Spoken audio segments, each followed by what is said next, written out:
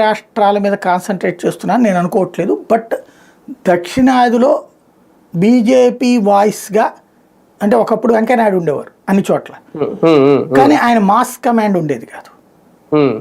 ఆయనకి మంచి వాక్చాతురు ఉండేది, అన్ని చోట్ల గుర్తించబడ్డ నాయకుడు దక్షిణాది నుంచి, అందుకని కీలక పదవులు వచ్చినాయి. కానీ ఆయన మాస్ క్యారెక్టర్ కాదు, class character.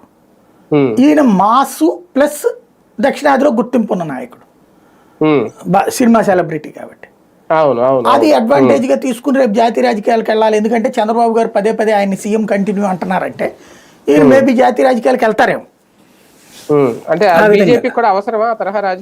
Bharatiya Janata party అయితే యాక్సెప్ట్ చేయదు. ఈయన పార్టీ లోపలికి వచ్చేస్తే ఆమె యాక్సెప్ట్ చేస్తుందేమో దక్షిణాది.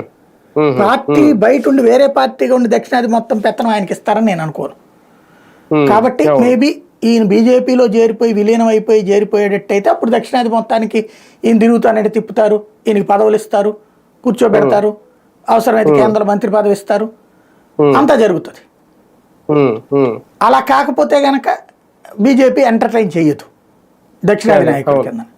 కాబట్టి అది పక్కన పెట్టేస్తే మీరు అన్నట్టు ఎమ్మెల్యేల కాన్సెప్ట్ అంటారా? ఇప్పుడు తెలుగుదేశం ఎమ్మెల్యేల నియోజకవర్గంలో జనసేన వాళ్ళ పరిస్థితి ఏంటి? అప్పుడప్పుడు ఏదైనా మీటింగులకు పిలుస్తుంటారు, అంతవరకు.